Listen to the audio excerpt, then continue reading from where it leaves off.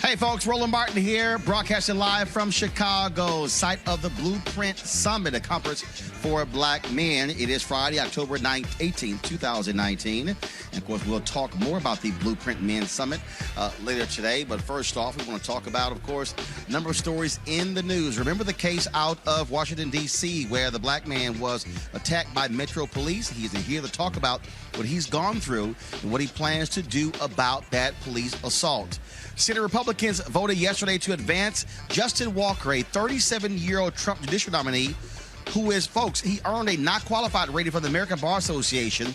I'm going to tell you exactly why this is a part of the Republican Party's focus to pack the federal bench with young right-wing ideologues. Also, jazz saxophonist Kirk Whalum will join us to talk about his new album. Plus, Michael Jordan opens a healthcare clinic for the underinsured. And Robert Smith received the prestigious Carnegie Medal of Philanthropy. All of that and more. It's time to bring the funk. I'm Roland Martin Unfiltered from Chicago. Let's go. He's got it. Whatever the biz, he's on it. Whatever it is, he's got the scoop, the fact, the find. And when it breaks, he's right on time and it's rolling. Best believe he's knowing. Putting it down from sports to news to politics. With entertainment just for kicks, he's rolling. It's on go, roll, y'all. It's Roland Martin, yeah. Rolling with Roland now. He's funk, he's fresh, he's real, the best, you know he's Roland Martin now.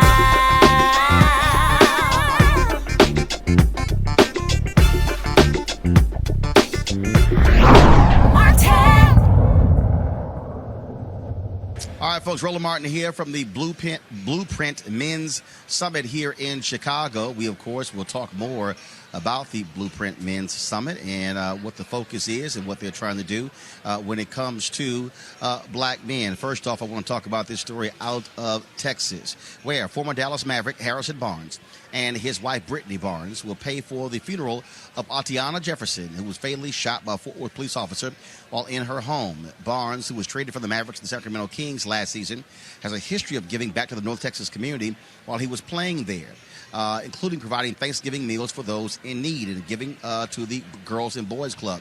But it's just not Harrison as well, folks. And that is another NBA player is also going to be contributing to that. Now, Barnes and his wife, they're going to be giving the lion's share of the money to pay for her funeral. And one of the quotes that the Barnes said is that they said when the family is going through such a difficult story such as this, they should not have to be worried about paying for the funeral expenses of their loved one. Of course, Jefferson was a 28-year-old black woman shot and killed by the now former Fort Worth police officer while she was playing video games with her nephew. Also, Malik Jefferson of the Philadelphia Eagles. He also is going to be contributing to covering the cost as well. And so we certainly want to salute both of them. And Barnes and Jefferson said they had not talked with the family of Jefferson because they wanted to give them their necessary space.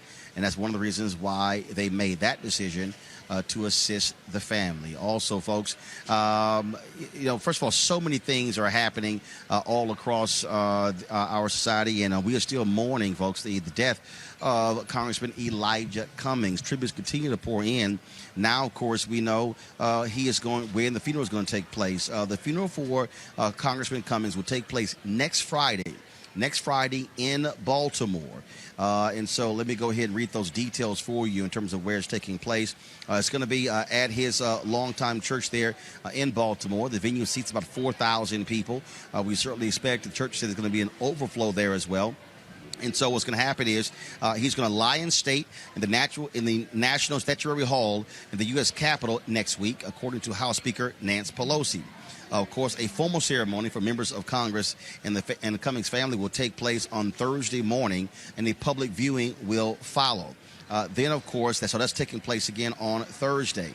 Then on Friday will actually be the funeral. Now, the viewing for Cummings will take place on Friday at 8 a.m. At 8 a.m.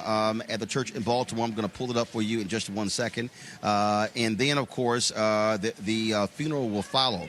at 10 a.m. And so he worshiped at New Psalmist Baptist Church. That's exactly where the funeral was going to take place. And so, again, 8 a.m. on Friday will be the viewing for Congressman Cummings at the church in Baltimore. And beginning at 10 a.m.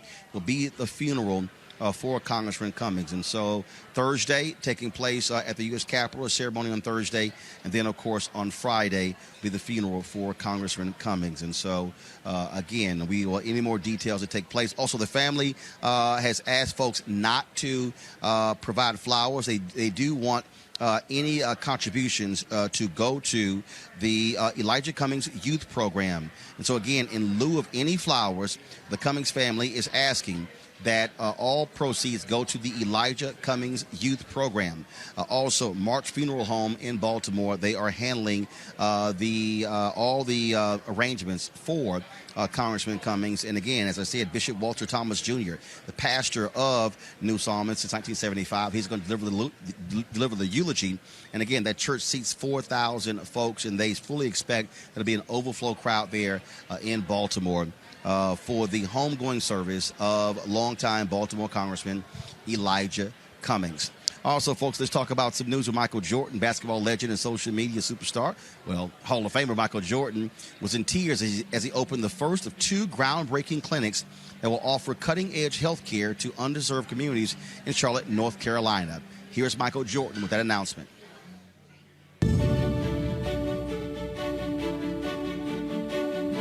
You see my name, but yet you see a lot of people behind me, commitment, especially for my mom, about caring for other people, being a part of a community that matters.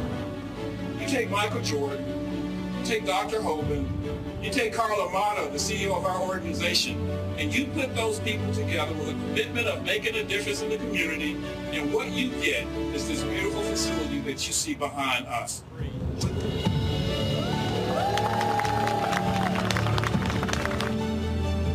Because our goal is to not talk about closing a health equity gap.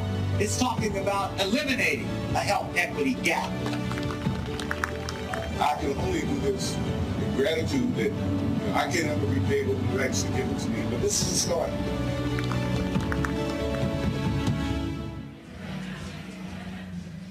Wow, such a great story there by Michael Jordan. So we certainly appreciate his philanthropy and what he is doing when it comes to health in his home state of North Carolina. All right, folks, speaking of philanthropy, billionaire Robert Smith, of course, the founder, chairman, and CEO of Vista Equity Partners. Of course, he made headlines by paying off all of the college debt of the 2019 graduating class at Morehouse College. He has been awarded the prestigious Carnegie Medal of Philanthropy during a ceremony in New York City. The award is given to individuals who have demonstrated significant and lasting impact on a particular field, nation, or international community. Here's Robert Smith's acceptance speech. First, let me thank the Carnegie Corporation and Vartan and his staff and all of you wonderful people that represent the Carnegie legacy. I grew up in Denver, Colorado, son of school teachers. And I saw my parents exhibit a form of philanthropy every day. My mother wrote a check every month for $25 to the United Negro College Fund for over 50 years. And I saw my father bring his organizational capacity to the local YMCA so that the kids in my neighborhood could enjoy the outdoors. And he led the North City Park Civic Association so that we could participate in this great fabric that is America as voters. I'm the first generation in my family to have all my rights in America. And when I think about that, I take that responsibility seriously to bring all of the education and dedication and effort to create in this world, in this economic structure opportunity that I can then drive into philanthropic fabric to do what I think is the most important thing on this planet, which is to liberate the human spirit. I'm proud to be a part of the Carnegie family, this institution of people who liberate the human spirit. I have a chance every day to participate in that in a real and tactile way. And there is no greater gift on the planet than to do that.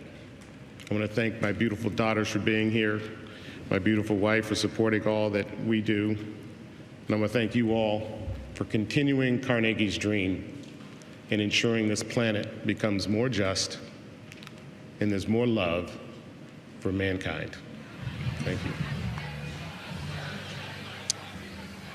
And certainly a huge congratulations to my alpha brother, Robert Smith, on that significant award. And so we certainly thank all that he has done in taking his net worth is about $5 billion. And so the millions that he has been giving to various philanthropy efforts all across this country. And so we certainly thank him for what he has done and what he is doing.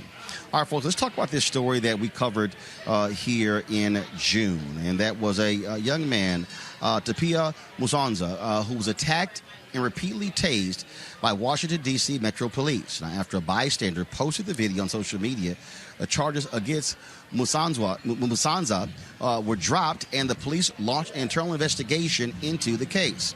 Well, he has now filed a lawsuit, and he and his attorney, Yaida Ford, joins us now to tell his story. So first of all, I hope I pronounced both of your names correct. And so if I did, my apologies. And so how are both of you doing? Great. Thanks for having us. Thank you for having us. Glad to have you here. And so, first of all, the people walk us through. I mean, what happened? I mean, we remember this case, but of course, we're going to show the video as well. But were you just simply walking by and seeing the police where they had stopped these several African American young boys? Take us through what happened on that June day. Sure. Before I do, I just want to take time to pay my respects to the the late congressman's family. I hope God protects them and gives them the grace that they need to get over this. With regards to what happened to me on June 22nd, I was on my way home on U Street, Cardozo Station, and I was on the platform. Suddenly, I see an officer chasing a young man. At that point, I did not know the young man's age. Chasing him down the platform, he tackled the young man, put him on the ground, restrained him for an extended period of time. When you actually look at, in retrospect, when I look at the body mass of the young boy and the body mass of the officer, I don't even think that was a necessary way to restrain a minor. As the events continued rolling out, the officer continued to have his knee on the young man's back.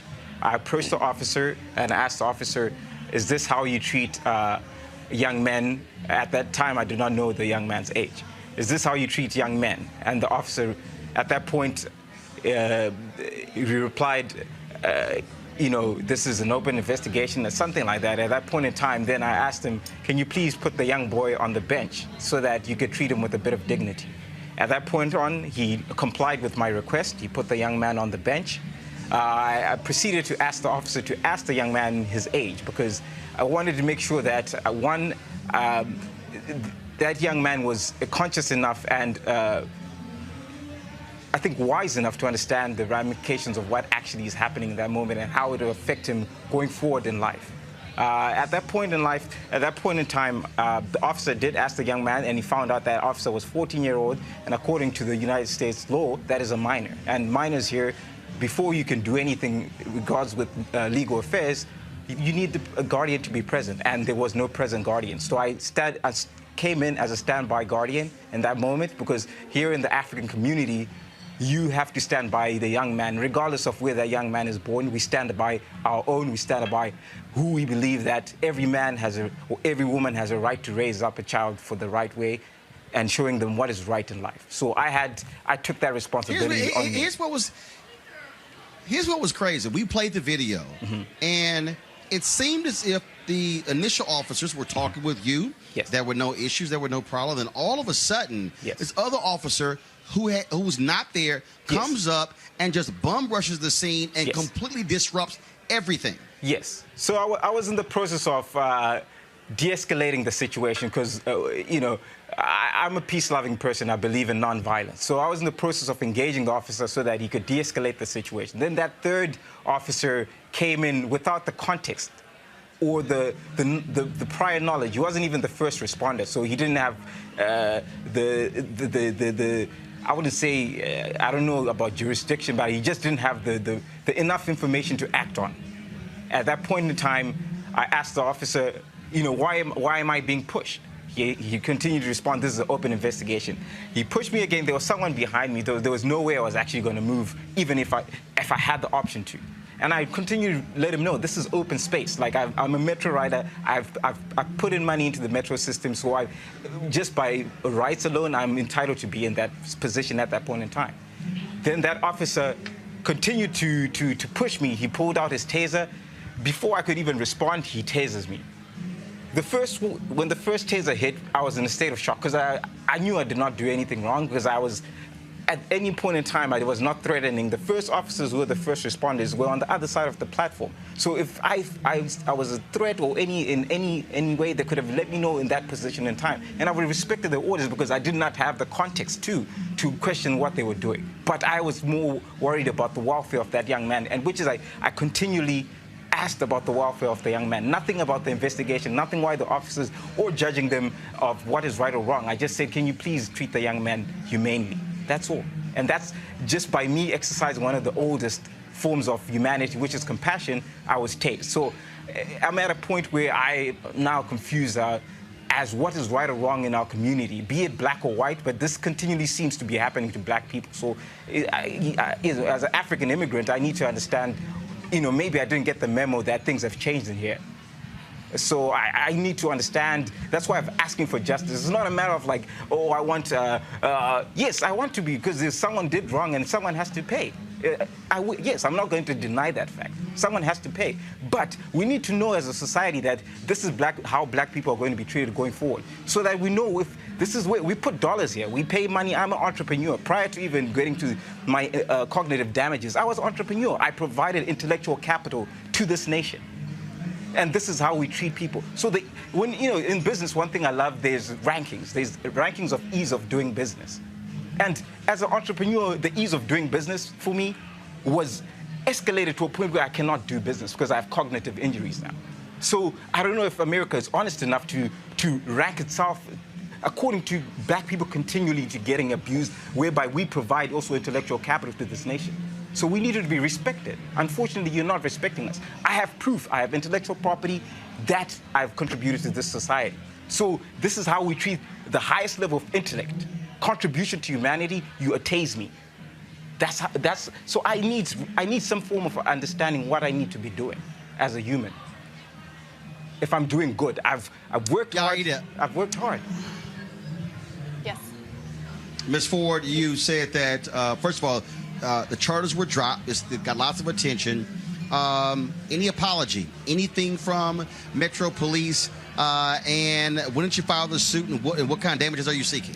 The suit was filed up September 17th, and we are seeking compensatory damages for the pain and suffering, punitive damages. Obviously, we're still tolling damages because Mr. Tupi the nature of the injuries, the extent of that is actually unknown at this time. When he used the word cognitive, that's referring to memory and concentration, the ability to perceive and understand information. He's being tested, in the process of being tested now, and the injuries are substantial. First of all, have you talked to the young men? Have you communicated with them since this happened? Are you asking me, have I communicated with the young men who were being arrested?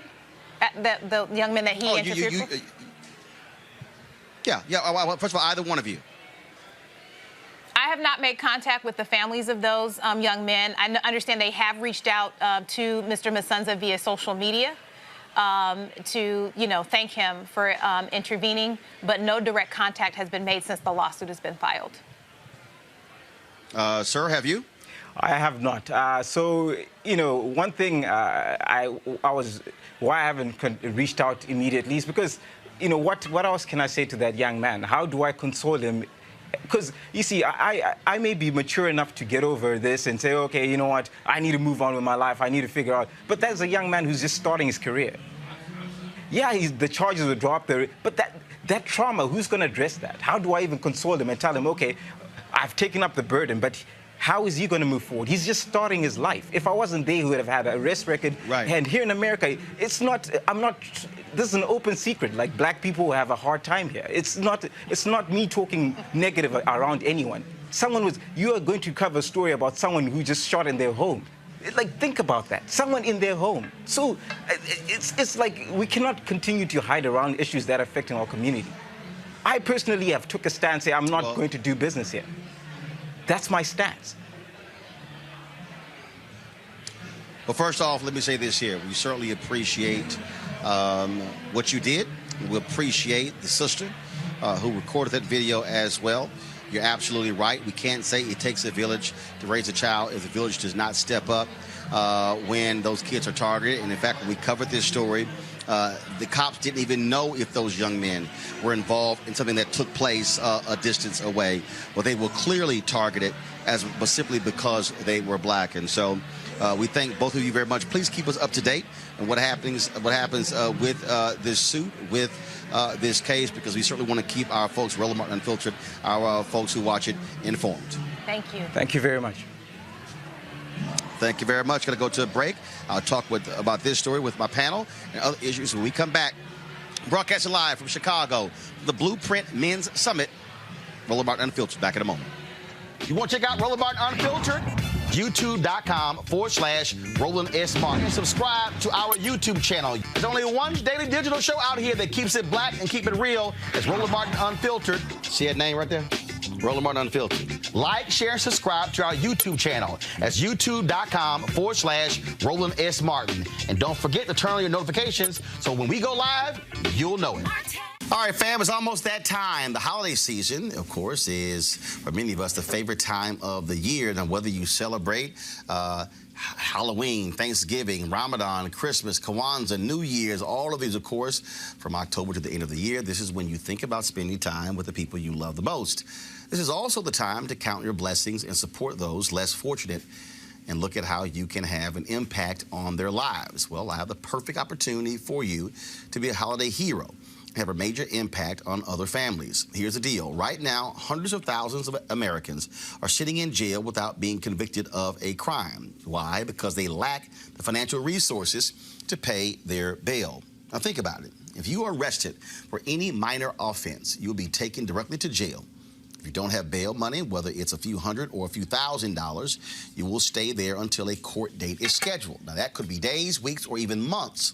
America's bail system is broken and has created a two-tier system of justice, one for the rich and one for the poor.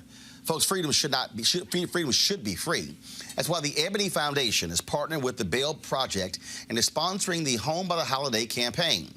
With your help, our goal is to bail out 1,000 people by New Year's Day. How's that for a holiday gift? A donation from you can change someone's life tomorrow, and here's why it is critical. People of color represent upwards of 90% of the jail population across the country. It ranges from 50 to 90% depending upon where you are.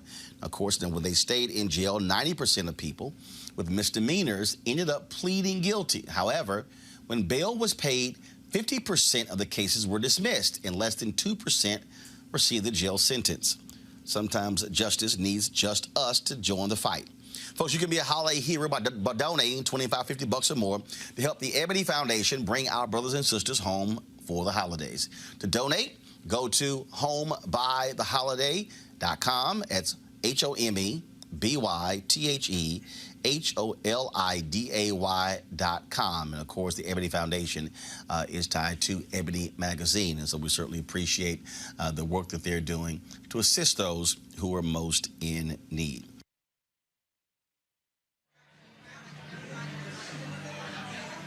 All right, folks, welcome back to Chicago, the Blueprint Men's Summit. This is where I'm broadcasting from. I now want to, first off, bring in our panel right here, Dr. Niambe Carter, Howard University, Department of Political Science, Joanna LeBlanc, a National Security and Foreign Affairs Legal Analyst, Michael Brown, former Vice Chair, DNC Finance Committee. Folks, to hear that brother I mean, I remember the story, but to hear him talk about why he stepped in was just amazing. And I think, and when you hear his concern and compassion for these young black men, that was simply admirable. Absolutely. I mean, I think we hope that anybody would extend that measure of humanity to any person, young or old. I mean, I certainly am thankful that he was there that day to intervene, because God knows what would have happened to those children had he not, because he was an adult and who could take control of the situation in ways that young people sometimes do not feel empowered to do. And certainly those officers were not there for anybody to sort of interfere with what they were trying to do that day.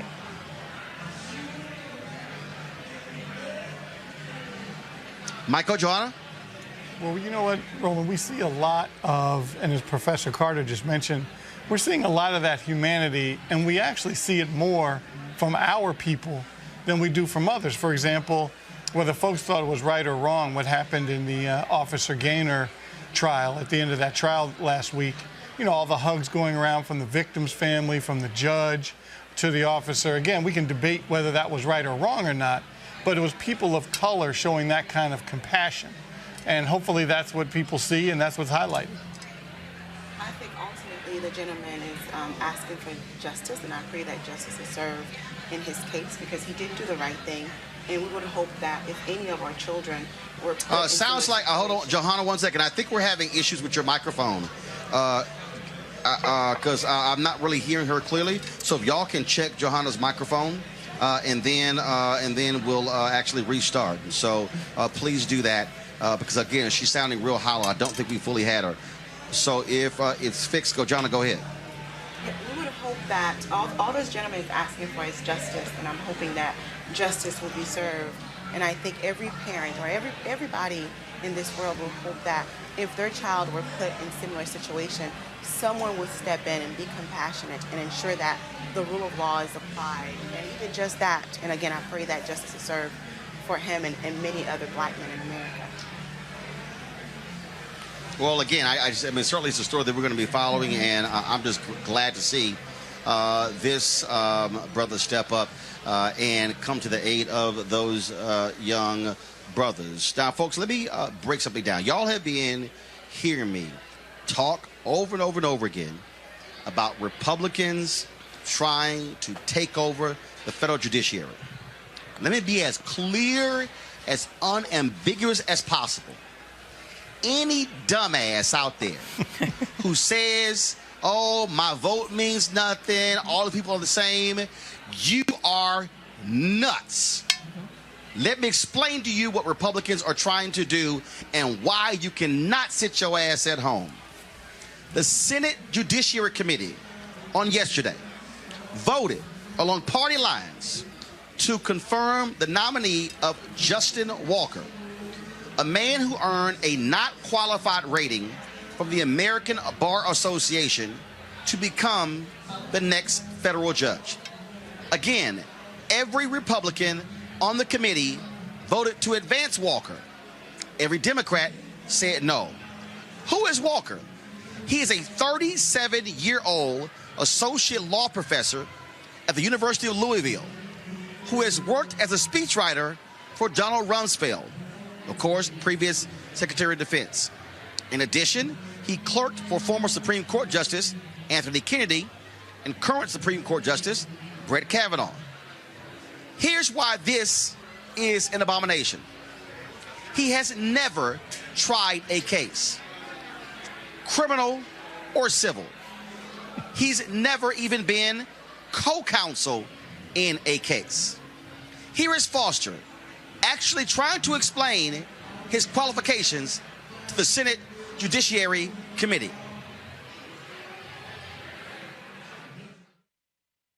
So tell me why you have enough experience to be a district court judge. Well, Senator, I've spent my career immersed in the law with a record that I think shows my qualifications in 4 ways.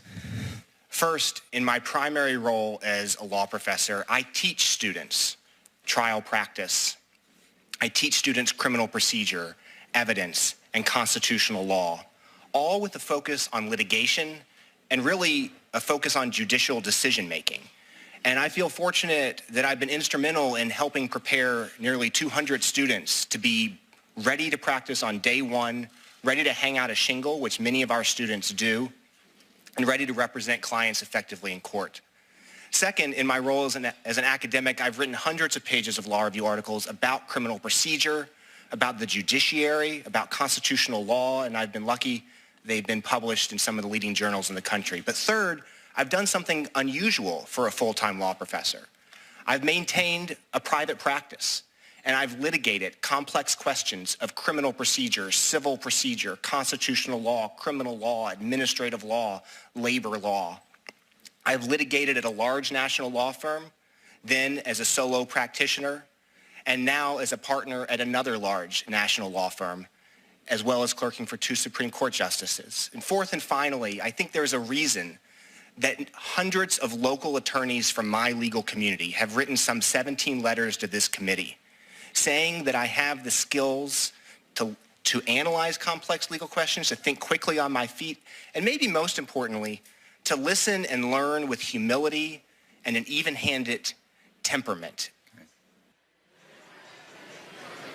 Now, folks, understand why he is being pushed forward.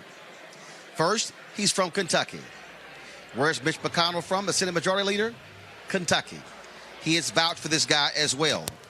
But what is the most important thing here when it comes to Justin Walker?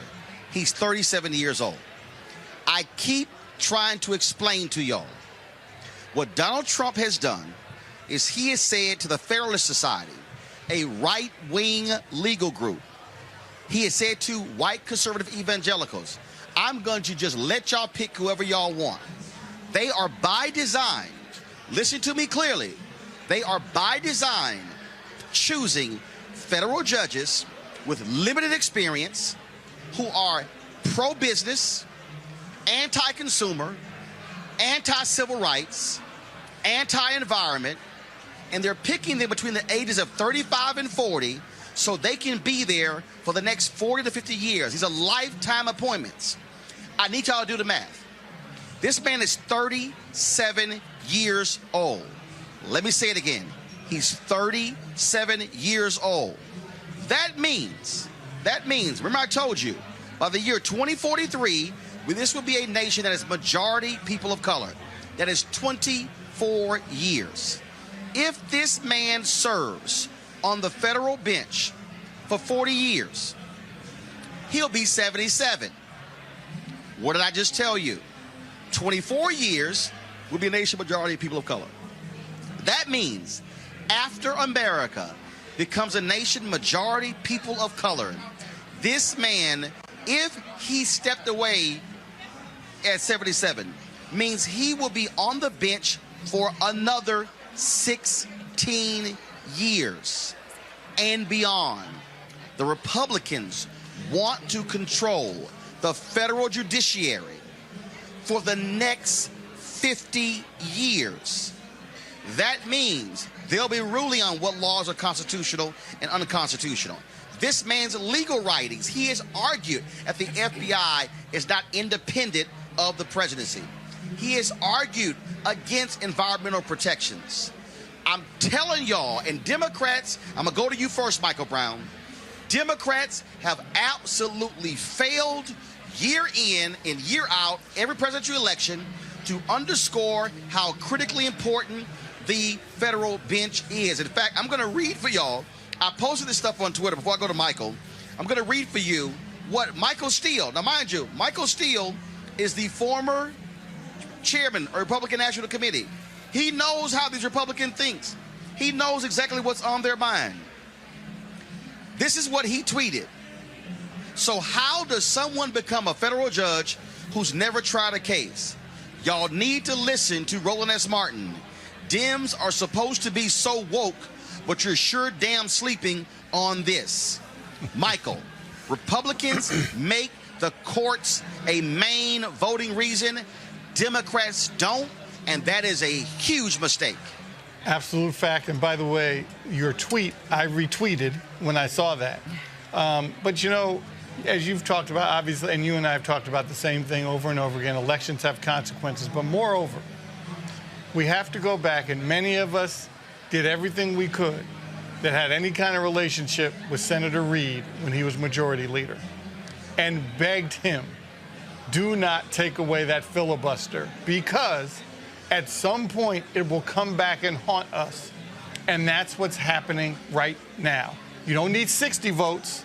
With then, it almost forced you to have bipartisan support for a particular justice. But now, all you need is 51. But remember, Michael, remember, initially, the filibuster was taken away because, first of all, remember the nuclear option. Yep. Then initially, what McConnell has done, he's taken it a whole different level. Not only does he not care about that, he doesn't care about the blue slip, which means that if a senator puts in a blue slip, that puts a hole in the nomination. In the history of the Supreme Court, only three federal judges have been confirmed when both states' senators submitted a blue slip. All three have taken place under Trump. They've ignored the blue slip policy. It's gone. They've run roughshod over the bench, and they're going to continue to do it. Absolutely. You know, the unfortunate... Dr. Carter, Dr. Carter, I know the people who are watching, and they probably saying, Roland, why are you so bothered by this? Because I need people to understand, when you file a lawsuit, when you file a federal discrimination suit, when you file an education lawsuit, when you file a voter suppression lawsuit, when you file any kind of federal lawsuit, if they get their way, you're going to have, if Donald Trump wins re-election, first of all, he's going to appoint probably by the end of this term more than 200 judges. If Donald Trump gets 4 more years, he likely will have the ability to appoint upwards of 500 federal judges. That is an unbelievable number. Excuse me, Dr. Carter. That's also assuming, Roland, that the Senate stays the way it is. Obviously, if the Senate flips. Right. But I mean, I think this is the point that you've been sort of beating this drum for a really long time, is that people are playing the long game here. Republicans recognize that their share of the population is shrinking. They're not popular for most of this country, but they understand if they can control this nation's institutions, then they can have a reach that is far more consequential than this election or the next election. This will be Donald Trump's legacy. He's already had his crack at the Supreme Court and these other federal courts, and he's likely to get another Supreme Court justice if he wins another term, because Ruth Bader Ginsburg is hanging on, but she can't stay forever. I mean, and I think this is also a moment for us to think about what these Republicans have done. They don't actually care about norms, about consequence, about their own reputation. They let Merrick Garland hang around for 293 days. In fact, the Senate refused to do its job and hold a confirmation process for Merrick Garland.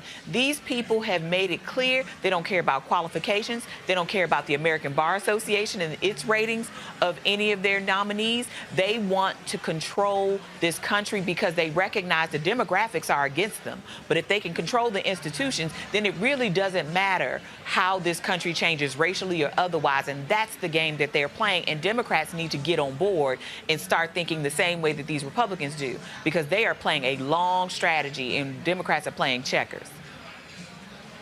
Johanna, I mean, I'm telling you, it is baffling to me when people don't understand this. Yeah, we talk about the long game. 50 years is real. That's half a century. You know, there are some jobs in life that I do believe that you can learn while you're working, right? But there are those that, such as becoming a federal judge, a lifetime appointment. You need experience, and teaching law students how to practice law does not qualify you to be a federal judge. And as you noted, Roland Martin, our institutions have real issues. Like, we have real problems when it comes to our criminal justice system, our environmental laws and such. So to have someone on the bench who just does not have the experience is very problematic. And also, I want the public to be mindful that we will be paying Mr. Walker over $200,000 per year of taxpayers' dollars for him to perform a duty that I don't think he's qualified for. And it's very problematic. And this is why people have to pay attention. Jahan, this thing is so much deeper. That they appointed a woman who had, and again, has nothing to do with her being a woman. She's a white woman. She had graduated. She had graduated, Dr. Carter. Michael, she had graduated just 11 years earlier from law school. She was 35 years old. You cannot tell me this woman somehow is so brilliant that she has earned a federal appointment at 35. But again, like you said, these people are thinking about the youth, right? They're saying, I can have this person in play for 50 plus years, right? And that's what they're thinking about. They don't care about experience. They don't care about your ability to wade through the sort of sticky situations. As Johanna rightly points out, I don't think that reading about politicians and talking about politics makes me a politician, right? There's something fundamentally different about what I do as a study of political science and being a politician. The same thing with the law. But they don't care about that. They are ideologically driven, and they are motivated by this desire to hold on to an America that does not exist, that most Americans don't even want. Look, real simple. If you, Michael, if you want to teach the law, go right ahead. But being a federal judge for life is a hell of a lot different, and I'm sorry. I think you need to at least step foot in the damn courtroom. And, you know, Senator Graham, obviously they have meetings and they brief. Clearly, the guy knew what questions were coming, clearly. But those are the only questions he could even sound competent on, hence why Senator Graham asked him those. And he answered them the way he's been briefed to answer them. So, as Dr. Carter mentioned, as Ms. LeBlanc mentioned, their strategy is clear. It's in your face. They're not pretending. Though, and you and I have talked about this before, Roland, I still claim, even though Trump has said, look, sorry, 45, you know I don't like to say his name. Even though 45 said, hey, look, Federal Society, you pick these judges. There's still something to be said that Vice President Pence would pick the same judges. So why do they still like this guy being president? They would still get the same results. Easy. Same kind of stuff. No. Actually, you know what? Here's why. I'm telling you right now. Unless they believe what he says. And another thing we have to look at. I think here's the deal. I'm being straight up. Mike Pence, former member of Congress, former governor. Mike Pence is a politician. Donald Trump actually doesn't care about the job of president. Donald Trump, I call him Trump. I guess I'm not. So Donald Trump actually was doing it by design. What you have here is the fact that they probably will run into more resistance from Mike Pence because he will want to pick his own judges. Oh. Now, he's aligned with them. He would want to. And let me be real clear. This is. I fundamentally believe this. I tweeted this earlier. This is what's going on and why Republicans have no problem with Trump. They say all this stuff privately. They think he's nuts. They think he's crazy. They think he's out to lunch. But guess what he's doing? He's giving all of the factions, the three main factions of the Republican Party, everything they want. Evangelicals. They want the Supreme Court and the federal bench. He said, okay, here you go.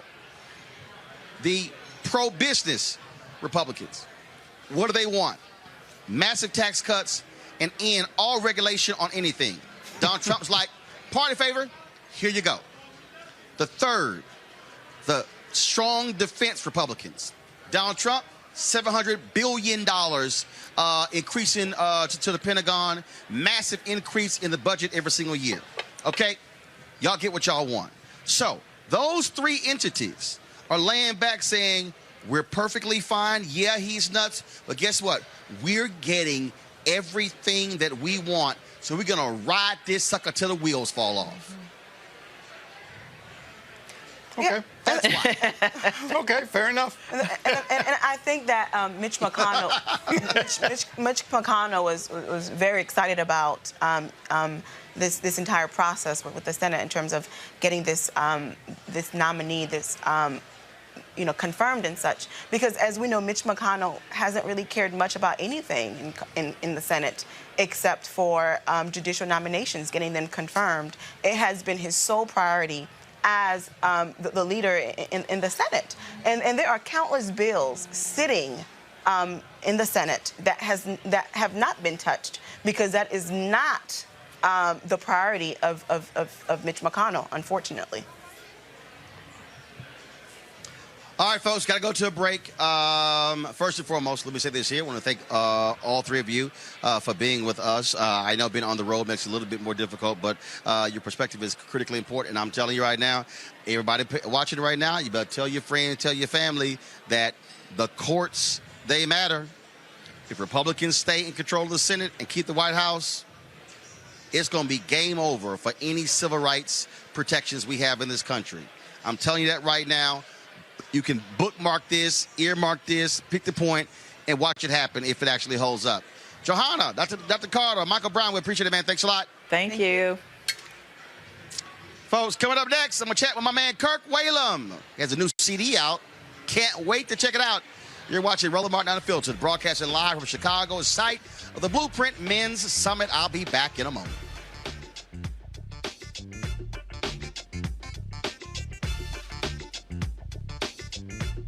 You want to support Roland Martin Unfiltered?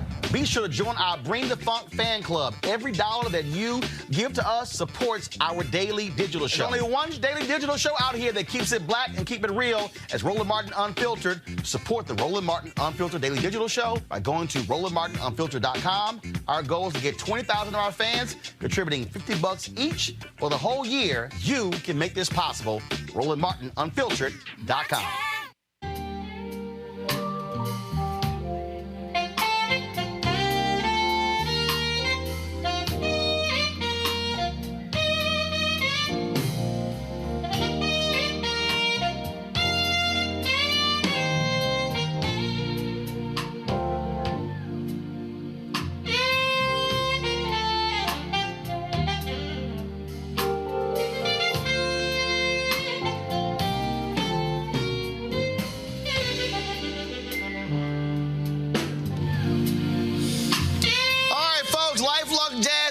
Taking place in Cabo, November 7th through the 11th. Of course, if you want to attend, go to lifeluxjazz.com, LIFELUXEJAZZ.com. But if you cannot be in Cabo for those 4 days, 14 different amazing artists, then, of course, you could live stream it. Get your live stream pass at GFNTV.com. That's GFNTV.com. As I said, amazing artists, Gerald Albright, Alice Bouillon, Kirk Whalum, Donna McClurkin, Shalia, Roy Ayers. Man, it's going to be an unbelievable 3-day extravaganza. And so look forward to you participating. And again, get your live streaming pass to cover those 3 days, all 14 concerts. You'll be able to watch right here on your phone, on your iPad, computer. Does not matter. Go to GFNTV.com. That's GFNTV.com to get your live stream pass.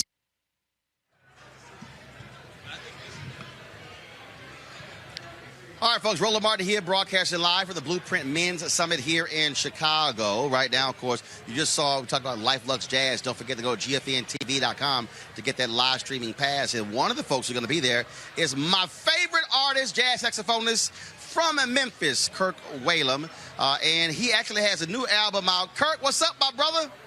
Man, you are up, as always, man. I've just been tracking with you, man, speaking truth, you know, so, as always. Well, man, is always glad to have you here. First and foremost, folks, the people out there that need to understand something. I got every Kirk Whalum album. Matter of fact, okay, I don't have one. Kirk was supposed to send it to me. I ain't got it yet. But anyway, I got all of Kirk Whalum's album. I'm talking about going back to his first one, floppy disk. And then, of course, all the way through. And so, Kirk, so which album is this? How many albums have you now put out? Man, that's a good question, Roland, because some of them, as you know, I did some records, for instance, with BWB, with some with Bob James. You know, a lot of the stuff that I've done is collaborations. But solo records, 26, I believe, including the new one you mentioned. Wow. So let's talk about first of all, before we get to the new one.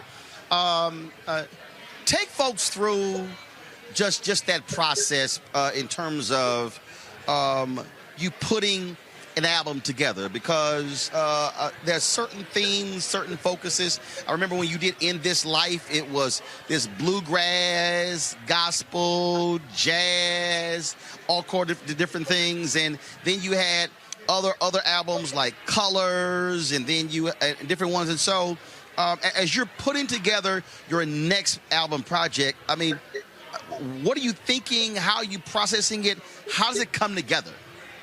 Sure, it's a journey, man. It's an evolution. You know, really, it's kind of like going with the river. You know, I remember someone once told me about the Mississippi River. You know, you don't get to tell it where to go; it tells you. And really, that's how the spirit is when it comes to the creative arts. You just sort of go with what inspires you and what animates you. And for me, you know, all along the way, man, it's like I'm sort of, you know, moving left and right. It's been really something.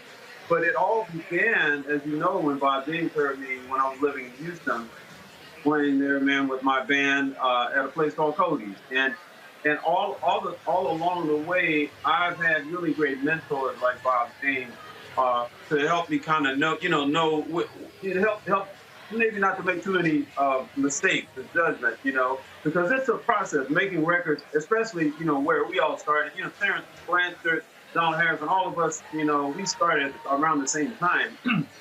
We all got signed to Columbia Records in around, you know, 1983.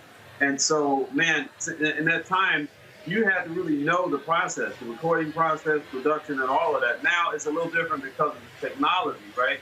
But I'm grateful that I got in at that time. When it comes to, first of all, folks who may not realize, you talk about those collaborations. I mean, you played with some amazing people. I've heard your music so long, I actually know your sound, so I can listen to a song and I'm like, that's Kurt. And so, for folks who don't know, tell them some of the biggest hits that you played on with some of the biggest stars. Sure. Well, I played on a lot of Luther Vandross records. He once told me, he said, I don't like saxophone, but I like you because you play like a singer. And so basically, he would have me play on just about every record he did. And, you know, songs like Anyone Who Had a Heart and that type of thing. But then, you know, with Whitney Houston, I was just touring with her. Ricky Minor and Paul Jackson Jr., you know, we were just on the road. And one of the stops was to, you know, finish up this movie. She had finished the movie except for this one scene, and that was where she sang that song to Kevin Costner. And so there we were. She insisted on doing live to the film, and that her band, us, had to be live as she sang. And so I Will Always Love You. Now I can say, because of her insisting, that the saxophone solo I played on that song is the sax solo that's been heard by more people than any other saxophone solo. You can imagine when I found that little factoid out, I kind of got freaked out, man, because I'm thinking Cannonball Adderley, you know, John Coltrane, you know, Grover. I mean, me, you know, it was pretty scary thought. The saxophone is obviously a much different instrument, and so how many different saxes do you play? Because you've got, first of all, how many different saxes are there? So you got soprano sax, right? You got tenor sax, alto sax, baritone sax. Am I missing anything? Well, you're not, except that at the extremities, there are some saxophones that they've stopped making now. There's a tiny one called a sopranino, and it's just, to me, it's like a waste of time. It's just too tiny, and it's a little annoying. And then there's a huge one that's bigger than the baritone, is a bass saxophone. Once again, it's impractical. I mean, you need to roll the thing along, you know, on its own cart. But, you know, soprano, alto, and tenor, this is the tenor, those are the main three. And it's like a choir. Like people, you know, think of the voices in the choir: soprano, alto, tenor, and baritone. There you go. All right, so let's talk about the new album. What's the focus? What does it feel like? What does it sound like? What is it? Yeah, I could talk a long time about that, so you have to cut me off. It's called Humanité, and my French speakers there in your city and all over the world know that Humanité in French means humanity. And it was my pleasure to do 14 collaborations with emerging artists from 8 countries, some established artists as well, like the #1 artist in South Africa, Sahara, the #1 artist in Indonesia and in Southeast Asia, Afghan. I go on and on. Marcus Miller, Keiko Matsui. But, this record is really, it was my 60th birthday present to myself, and that was last year. To go around the world, man, places that I've been and I've engaged with these young artists. Many of them have my age. They call me Uncle Kirk, UNKIRK. Uncle Kirk, that's my nickname on this record, because I'm collaborating with these young people in their space. And we made a project that really will remind you, Roland. Last time I saw you was here in Memphis for the 50th anniversary of the assassination of Martin King. And he always talked about the beloved community. And that's what Humanité is all about. It's about all of the various colors, the diversity of the world. At the end of the day, we're all alike. We all have the same needs in the sense of needing to be affirmed, needing to, to be accepted unconditionally. And God accepts us. We're created in God's image, and God accepts us as we are. And then, the relationship that we have with him is about us being more and more like him, right? But, man, this record is about collaborating with all these great artists. Man, I had more fun. I ate more food in Kenya and Japan and South Africa. And you know the deal. And France, it was crazy. So I see, titles, Move On Up, Everybody Ought to Be Free, Don't Get Me Wrong, Wake Up Everybody, Wildflower, Get Your Wings Up, Now I Know, SJL, Koga Rocho, Blow For You, Kwetu, Peace, We Shall Overcome You, From the East to the West. So, that certainly definitely speaks to the world traveling you did with those titles. Oh, absolutely, man. Kodagocho, for example, is a slum in Nairobi. I know you've been to Nairobi, but Kodagocho is literally next to the city dump. So these children in this music program, I recorded these kids, man. My producer, James McMillan from England, we went and recorded these kids, man, and they had never been in the studio, didn't even know how they worked. And those kids their music program is outdoors in this slum. They burn the trash in the dump. And the smell wafts over into where these kids are making music, man. And to me, it just breaks my heart that that's the environment in which they have to make music. But you know what? It's the most beautiful music, man. It just touches your heart. And those kids were so happy to be a part of this. And that story is told over and over again on Humanité. Like these collaborations with the far-flung corners of the world where, you feel the culture, the pulse of the culture in the music. Something like Kwetu, and same thing in Nairobi, the artist Aaron Rimbui, a great jazz pianist from Kenya. I mean, then we go to Indonesia, or I was about to say Nigeria. We recorded with a Nigerian artist who lives in Paris. As you know, I used to live in Paris. I speak French. So she and I recorded in Paris. Her name is Asha, but she, is originally from Lagos. And man, just the inspiration that you and I got that day in Memphis, I carried that into this process. And she and I wrote a song called We Shall Overcome You. And it was for the Parkland, Florida kids, man, talking to the NRA. Like, you know what? We are going to overcome you. And we're not going to be like you, These are the things I was able to weave into this Humanité project. Well, the CD is called Humane. Folks, we certainly want you to get it. Kirk, you got all those saxophones surrounding you. Let's hear something. Shoot, man, I don't know. Does the saxophone even make a sound?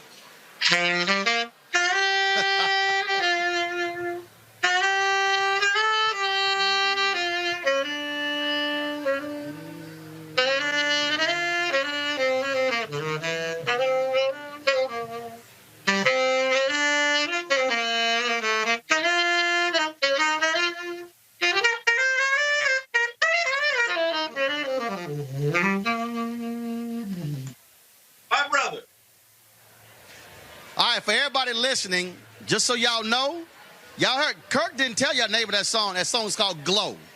That's off his CD, and you know that.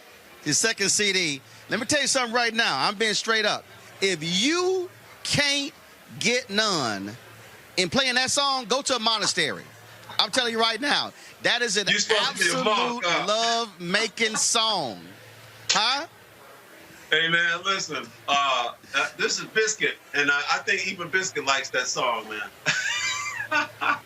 That is a love-making song. I'm telling y'all. I didn't ask this question. I play that song in the dog next door. Watch out. This is coming. Okay, I gotta get this in. I did ask this here. One thing you do, Kirk, you first of all, your ministry is hugely important. Your faith is important. You infuse all of your music with that. We know about the gospel according to jazz. Just why is that so important? Because on so many of your albums, I mean, there's a gospel song on every single one of those albums. Well, really, you know, my life revolves around the hesed of God. In other words, that word in Hebrew means the loving kindness and tender mercies of God extended to me. That's the only way I got to do what I'm doing and share what I'm doing with the world. God's unconditional love for me manifest in Jesus the Christ, man. And so with me, it's not about me going and pushing that on anybody. It's about me. I can't help myself. I'm so grateful and I'm so inspired to share that message that, you know, I accept you, not just because I'm a good person. No, I accept you because God accepts you. And he accepted me, and I know how I am. So for him to accept me, man, all I can do is accept you. And that is the message of humanity. And by the way, it's a documentary that we made as well. But the filmmaker went all over the world with us to make that documentary. And this record is really, really something. Well, your daddy was a pastor. Your brother, Reverend Kenneth Whalum, pastor. I do his men's service every year in April there in Memphis. And when are we gonna have this massive Whalum project? You got Peanut, your nephew. Your nephew plays with Bruno Mars. Your other nephew played with Maxwell. Your brother sings. Your other brother sings. When are we gonna have this massive Whalum family project? So we actually did that for our mother's 80th birthday, all right? So Helen, I love you, baby. We did this. We did the whole project just called Helen. It's got her picture on the cover and that doesn't even have songs listed. But we all got together, man, except Uncle Peanuts. He's 90 now and, you know, he can't do it. But, man, we're going to do that, actually. We do something here in Memphis, Roland. I want to get you to come. It's called Cafe Kirk. The word Kirk, of course, means church. So I feel like this Cafe Kirk is like a space in the middle between a public space and a sacred space. And so in that space, man, I'm inviting, for instance, Bob James is coming on November 3rd. I've had I've had some of your favorite artists, man. Sheila E. You know, it's been crazy, but that's something that I've had Cameron and Cortland on that one. But I'm going to have all these Whalums together at one point, man, at Cafe Kirk. And that's at Crosstown Concourse in Memphis. Every first Sunday. You let me know when that happens. I'm there. You know, I'm always there. I got your back. I'm always checking you out. And that would absolutely be awesome. Folks, I'm telling y'all, get the new CD, Humane.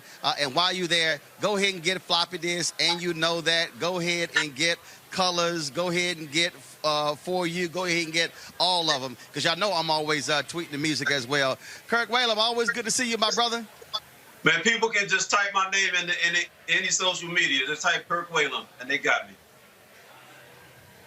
All right, then. You take care. I'll see you soon. Peace out, brother. All right, take care. All right, folks. Always having a good time. In fact, I'll tell y'all this funny story. When we went to MLK 50 commemoration, Kirk was playing, and he was playing Do You Feel Me? And actually, that was the theme song that I played on my radio show at WVO in Chicago. And so Kirk called me on stage to sing it. And the problem is they were singing in a higher key. But we still had a little fun with it. I'm going to show y'all that video one day. All right, folks. Got to go to a break. We come back. I'm going to chat with Chef Jeff Henderson right here at the Blueprint Men's Summit in Chicago.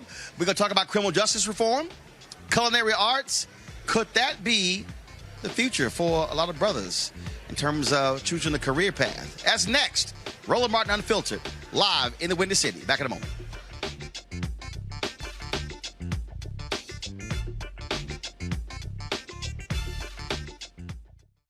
youtube.com/Roland S. Martin. And subscribe to our YouTube channel. There's only one daily digital show out here that keeps it black and keep it real. It's Roland Martin Unfiltered. See that name right there?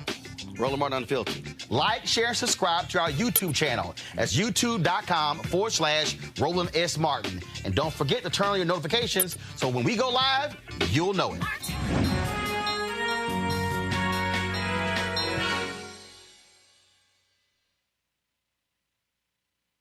AFSCME members don't just hand over our voice on the job and our seats at the table.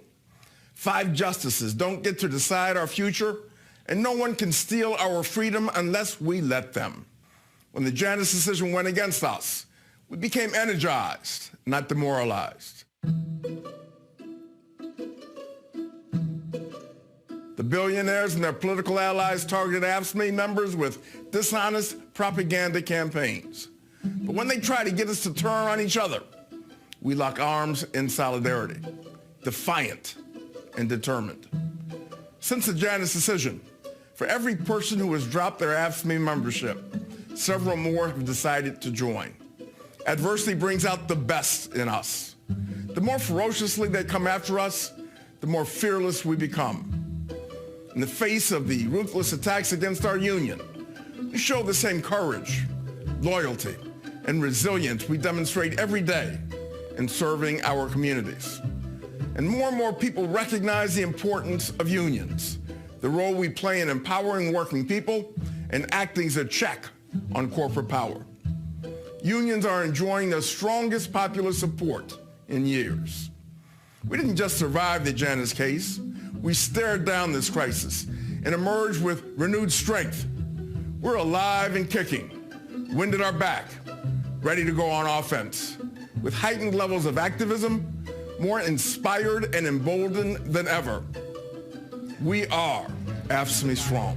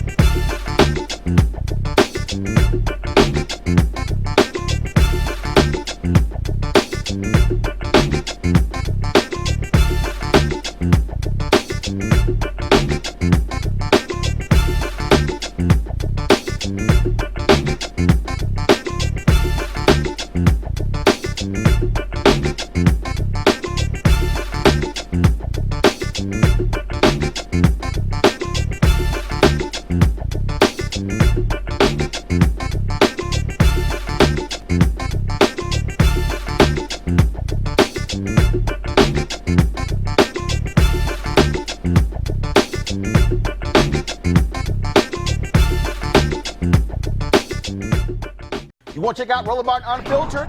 YouTube.com/Roland S. Martin. And subscribe to our YouTube channel. There's only one daily digital show out here that keeps it black and keep it real. It's Roland Martin Unfiltered. See that name right there? Roland Martin Unfiltered. Like, share, and subscribe to our YouTube channel. That's youtube.com/Roland S. Martin. And don't forget to turn on your notifications so when we go live, you'll know it.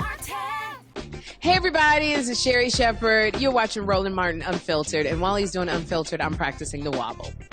Yes, I am. Because Roland Martin's the one, he will do it backwards, he will do it on the side. He messes everybody up when he gets into the wobble, because he doesn't know how to do it, so he does it backwards. And it messes me up every single time.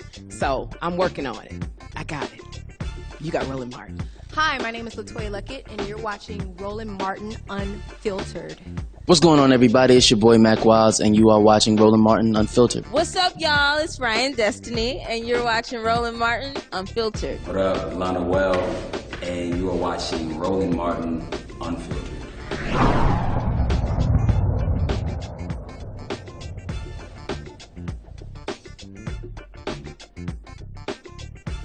You want to support Roland Martin Unfiltered? Be sure to join our Bring the Funk fan club. Every dollar that you give to us supports our daily digital show. There's only one daily digital show out here that keeps it black and keep it real. As Roland Martin Unfiltered. Support the Roland Martin Unfiltered daily digital show by going to RolandMartinUnfiltered.com. Our goal is to get 20,000 of our fans contributing $50 each for the whole year. You can make this possible. RolandMartinUnfiltered.com.